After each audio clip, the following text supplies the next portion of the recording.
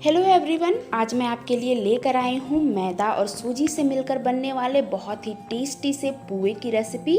बनाना इसे बहुत ही आसान है, बिल्कुल रुई की तरह सॉफ्ट आपका पुआ बनेगा और आप देख सकते हैं इसके अंदर का टेक्सचर। तो फिर देर क्यों करना, चलिए इस मज़ेदार सी रेसिपी को बनाना हम शुरू करते हैं। तो इसे बनाने के लिए मैंने यहाँ लिया है 2 कप मैदा और ठीक उसका आधा मतलब 1 कप मैं यहाँ ले रही हूँ सूजी, और बिल्कुल सूजी के ही क्वांटिटी का हमें यहाँ लेना है चीनी। तो इस तरह से आप घर की कोई भी एक नॉर्मल सी कटोरी ले लें और उससे आप मेज़रमेंट कर सकते हैं। इस मेज़रमेंट का ख्याल रखेंगे तभी आपके पुए बिल्कुल मेरे पुओं की तरह स्वादिष्ट और सॉफ्ट बनेंगे। तो चलिए हम घोल तैयार करते हैं। तो सबसे पहले एक बाउल में मैं यहाँ ले रही हूँ मैदा। तो यहाँ मैंने डाल लिया है मैदा और साथ ही अब मैं डाल रही हूँ यहाँ सूजी, और अब मैंने डाल लिया है यहाँ चीनी। इसे हम अच्छे से एक चम्मच की हेल्प से मिला लेंगे। और उसके बाद अब मैं यहाँ ले रही हूँ दूध की जगह आप पानी का भी इस्तेमाल कर सकते हैं। दूध मैंने यहाँ अच्छे से गर्म कर लिया है और यह गुनगुना दूध है। यदि आप पानी का इस्तेमाल करते हैं तो पानी भी आप गुनगुना पानी इस्तेमाल करें। अब इसे थोड़ी थोड़ी मात्रा में डालते हुए हम इसका घोल तैयार करेंगे।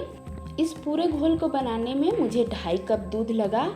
इससे कम या ज़्यादा आपको लग सकता है, यह मैदा और सूजी के क्वालिटी पे डिपेंड करता है। कम भी लग सकता है और थोड़ा अधिक भी लग सकता है। तो आप देख सकते हैं मैदे और सूजी के घोल का टेक्सचर कुछ इस तरह का है। अब इसे हमें 2 से 3 घंटे के लिए इसी तरह से ढक कर रखना है और इसे फूलने के लिए छोड़ना है। इसमें सूजी का इस्तेमाल किया गया है तो यह अच्छे से फूल जाएगा। तो 2 से 3 घंटे के बाद हम इसे एक बार चेक कर लेते हैं। देखिए यह बहुत ही अच्छे तरह से फूल चुकी है। तो अब एक कलछी की हेल्प से इसे मिलाएंगे तो आप देख सकते हैं यहाँ हमारा घोल फूलकर बहुत ही गाढ़ा हो चुका है। तो अब मैं यहाँ ले रही हूँ 1/2 कप दूध। यह नॉर्मल दूध है, गुनगुना दूध बिल्कुल नहीं है। तो फिर से इसमें 1/2 कप दूध डालकर मैंने इसका पेस्ट इस तरह से तैयार कर लिया है। और अब आप इस पेस्ट की कंसिस्टेंसी देखिए, बिल्कुल इसी तरह की कंसिस्टेंसी होनी चाहिए, वरना यदि आप इससे अधिक पतला कर देंगे तो आपका पुआ नहीं बनेगा, और यदि मोटा कर देंगे तो बहुत मोटे मोटे पुए बनेंगे। और अब मैंने इसमें डाल लिया है काजू और किशमिश के कतरन। आप इसकी जगह पे अपने पसंदीदा किसी भी ड्राई फ्रूट्स का इस्तेमाल कर सकते हैं। तो इसे भी हम अच्छे से मिला लेंगे।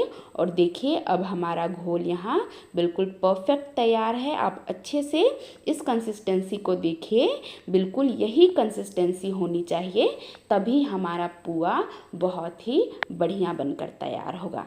तो घोल बिल्कुल तैयार है। अब आइए इन पुओं को तलने की तैयारी करते हैं।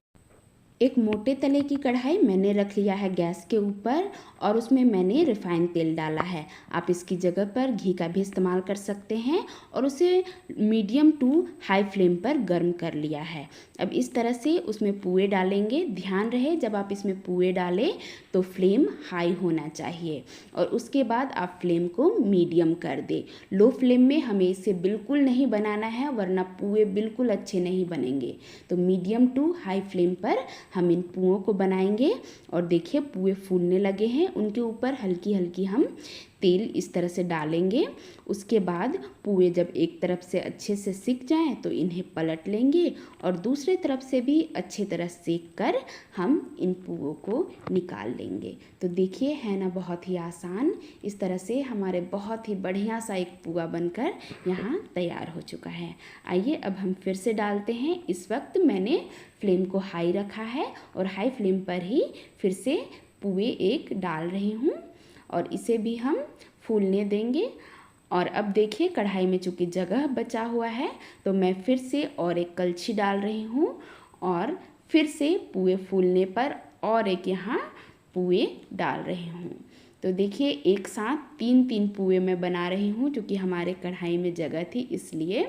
यदि आप भी इस तरह से चौड़े तले वाले बर्तन लेते हैं तो आपके पुए बहुत जल्द तैयार हो जाएंगे। तो इन्हें अलट पलट कर अच्छे से बना लेंगे हम, और जब यह सुनहरे रंग के आ जाएं तो इन्हें निकाल लेंगे। तो कैसी लगी आपको मेरी आज की यह रेसिपी कमेंट सेक्शन में ज़रूर बताएं। अच्छी लगी लाइक करें, शेयर करें। चैनल पर पहली बार आए हैं तो चैनल को ज़रूर सब्सक्राइब कर ले और ऑल का बटन दबा ले ताकि